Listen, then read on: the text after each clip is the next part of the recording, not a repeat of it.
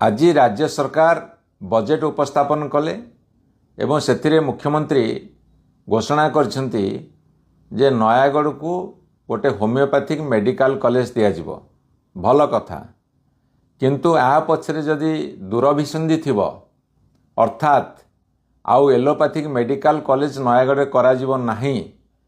ताहा हेले आमे धरि नबु हाथी की होमियोपैथी जो कथा गोटे प्रचलित अछि सेही न्याय रे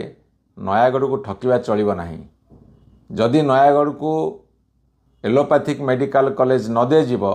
आगामी दिन में भयंकर आंदोलन मुंड टेकिबो कहीं नागरिक समाज बारंबार दाबी करी आछंती। जदि नागरिक समाजर बा नयागढ़ जिलावासींकर ये जो दाबी को अणदेखा करा जीवो ताहा हेले आमे जरूर प्रतिवाद करिबो आंदोलन को ओल्हेइबु।